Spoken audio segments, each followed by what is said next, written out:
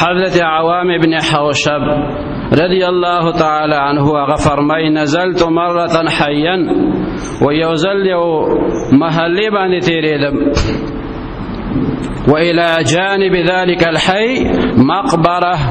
دا محلی او طرف ته یو مقبره و یو قبرستان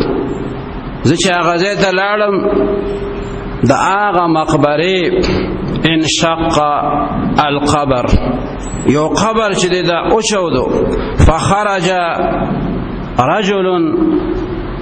یو سړی راوته دا قبرنه رأسه رأس الحمار دا غسړی سر چې وغه د خر سرو وجسده جسد انسان او نور باډیو بدن چې وغه د انسانو دا قبر اوچودو زما د سترګو د وړاندې او سړی ته راوته خو بدن د سړی دی او سر د خر دی فنحق ثلاث نحقات و دې سړی درې د خر आवाजونه وک او بیا چې دینو هغه خپل قبر ته وردن نشو و ما تاسو کو ما قصته د دې سړی د قصه څنګه ده وی خلق راتوي چې ترى تلك العجوز اغه بوله خزوینه تلك ام هذا اغه بوله خزا د دې سړی مور ده او دا سړی چې دا شرابي د بشراب سکل نو چې کله به د شرابو د هغه نشې نه لږ ووتو نشه به کمه شوه نو مور به ورته وي یا بنیه اتق الله ای زما زویه ای بچیه د الله تعالی نه یره کوه الی متى تشرب هذا الخمر ته به تر کومې دا شراب څکې بچیه دا شراب به تر کومې څکې د الله تعالی نه یره وکړه او د دې شرابو نه توبه وباسه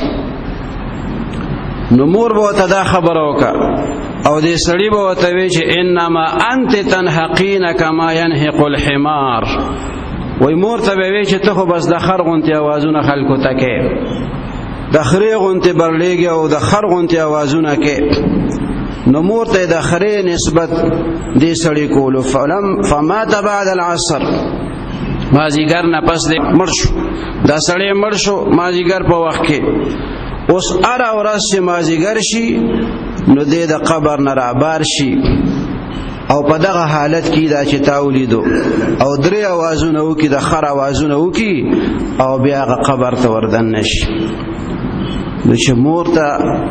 داسې نسبت سوکې نو په دنیا کې مو ته سزا چې دنو د عامل او د آخرت هغه سزاګانی هغه ځان له سزاګانی نو الله تعالی دې د والدینو ادب او احترام زمونږ نصیب کړي او دا غي د نافرمانی نه دی الله تعالی مونږ وساتي واخر دعوانا ان الحمد لله رب العالمين الحمد لله